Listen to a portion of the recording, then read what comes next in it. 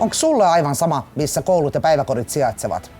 Tai millaisia vapaa-ajan harrastusmahdollisuuksia lähiympäristössäsi on?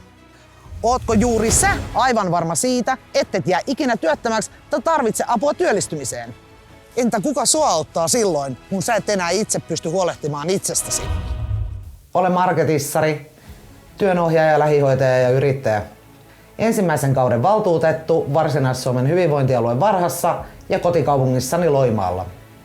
Olen itse elänyt yksinhuoltaja-arkea vuorotöitä tehden ja hoitoalalla yli 25 vuotta töitä tehden.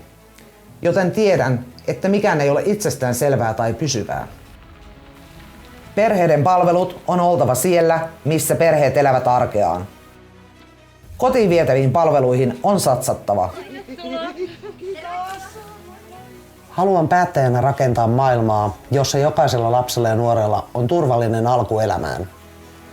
Toivoa ja unelmia tulevaisuuteen. Mä haluan varmistaa, että jokaisella ikääntyvällä ihmisellä on ihminen lähellään ja pitää kädestä kiinni, kun alkaa pelottaa. Jokaiselle ihmiselle on taattava ihmisarvoinen elämä.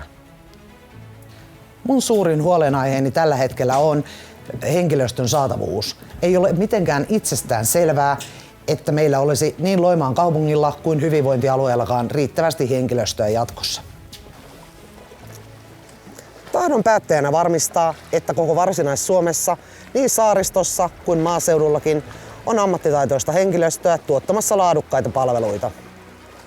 Mä haluan tehdä töitä sen eteen, että jokaisella työikäisellä on mahdollisuus työntekoon.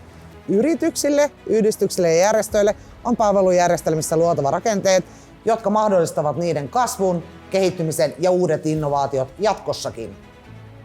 Laadukkaat palvelut tarkoittavat minulle sitä, että ihmiset saavat hoidon, hoivan ja avun silloin, kun sitä tarvitsevat.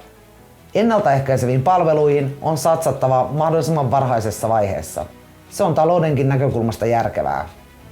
Kuntien ja hyvinvointialueen välistä yhteistyötä tarvitaan jatkossa entistä enemmän.